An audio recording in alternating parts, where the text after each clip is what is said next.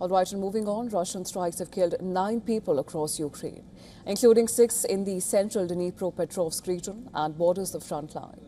Well, Russian strikes on Kryvyi killed 6 people, while attacks in Odessa, Zaporizhia and Kherson claimed 1 life each.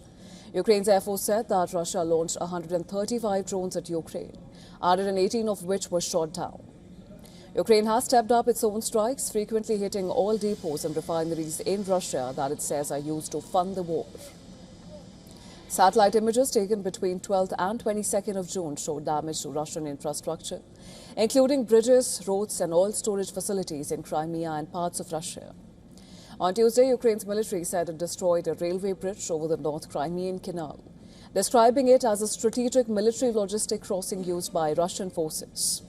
Drone footage released by Ukraine's Special Operations Forces showed strikes on a bridge over the North Crimean Canal. Now, amidst the intensifying attacks, an air raid shelter has appeared in Russia's Kronstadt town near St. Petersburg. The area had come under attack by Ukrainian drones, while President Putin was attending a key economic forum in St. Petersburg in early June. Similar shelters are common in other Russian cities near the border with Ukraine, but are rare in places like Kronstadt, 1,000 kilometers away from the front line.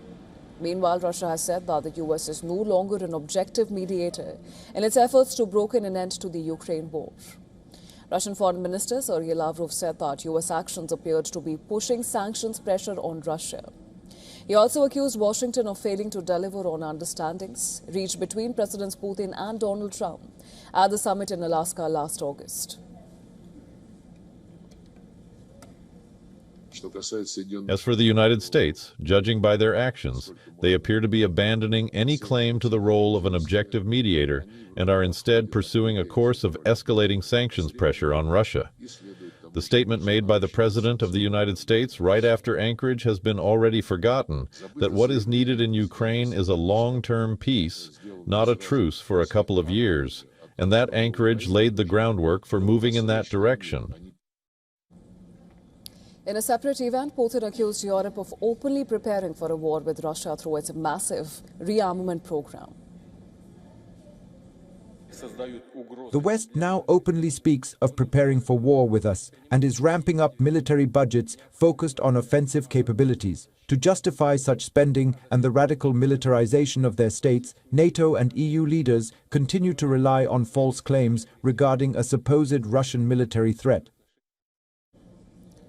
While speaking about the recent Ukrainian drone strikes deep inside Russian territory, Putin said that they are aimed at destabilizing the Russian society and creating a sense of uncertainty regarding the actions of the Russian armed forces. Putin, however, did agree to move forward on the agreements reached in Istanbul. He added that there were no grounds for Russia to depart from the agreements.